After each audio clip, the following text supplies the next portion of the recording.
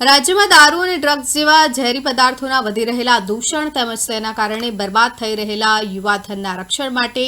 પંચમહાલ જિલ્લા કોંગ્રેસ સમિતિ દ્વારા ગોધરા કલેક્ટર કચેરી ખાતે આવેદનપત્ર પાઠવવામાં આવ્યું હતું। 24 ઓગસ્ટના રોજ રાજ્યપાલને સંબોધીને આપવામાં આવેલા આ આવેદનપત્રમાં મહાત્મા ગાંધીના વિચારો મુજબ દારૂબંધીનો કડક અમલ કરાવવા અને અસામાજિક તત્વો સામે દાખલારૂપ કડક કાયદાકીય પગલાં ભરવા માંગ કરી છે।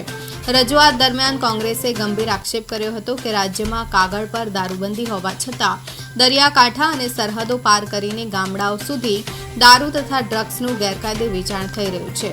ભૂતકાળના લઠ્ઠાકાંડની ઘટનાઓ તેમજ તાજેતરના બનાવોનો ઉલ્લેખ કરી તેમણે જણાવ્યું હતું કે બુટલેગરોમાં કાયદાનો કોઈ ભય રહ્યો નથી। આ ગેરકાયદેસર વેપારના કારણે અનેક મહિલાઓ બાળકો અનાથ બની રહ્યા છે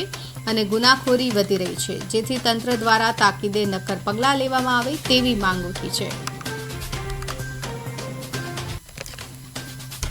જિલ્લામાં અને રાજ્યમાં ન ઘટે એવી માંગ સાથે મહામહિમ રાજ્યપાલશ્રીને સંબોધન કરતું આવેદનપત્ર પંચમહાલ જિલ્લા કલેક્ટરશ્રીને સુપ્રત કરી અને